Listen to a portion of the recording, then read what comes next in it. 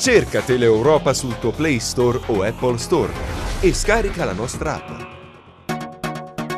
Questione migranti. A 48 ore dalla sistemazione all'interno dell'Hotel Sibaris di 140 minori non accompagnati sbarcati a Corigliano, le prime segnalazioni di allontanamenti e altri episodi. La gestione dei minori non si esaurisce con lo sbarco, ma è una questione delicata da seguire passo dopo passo.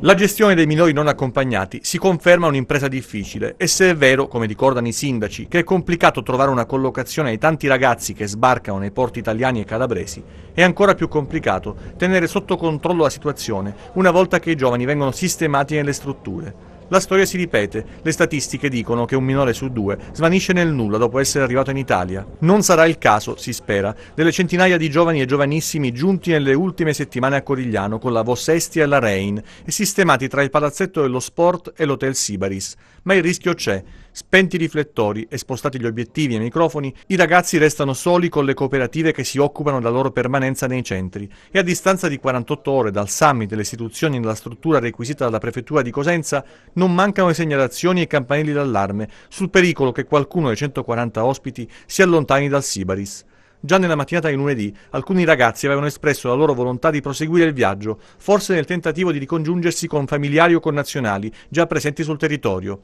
ma non è escluso che anche altri si organizzino per lasciare l'hotel situato sulla statale 106, una strada che i ragazzi pericolosamente percorrono a piedi per spostarsi nelle zone limitrofe e che potrebbe diventare una via di fuga per altri lidi. Intanto alcuni immigrati si sarebbero resi protagonisti di allontanamenti notturni e di un'intrusione all'interno di un camping, fatti e notizie che non aiutano certo a rassicurare i cittadini e a placare le polemiche che infuriano nella politica da Sibaritide, in particolare a Cassano, dove i consiglieri di minoranza hanno attaccato il sindaco Papasso, che ha indetto una conferenza stampa per rispondere alle critiche e spiegare lo stato delle cose e le iniziative che intraprenderà sulla questione migranti.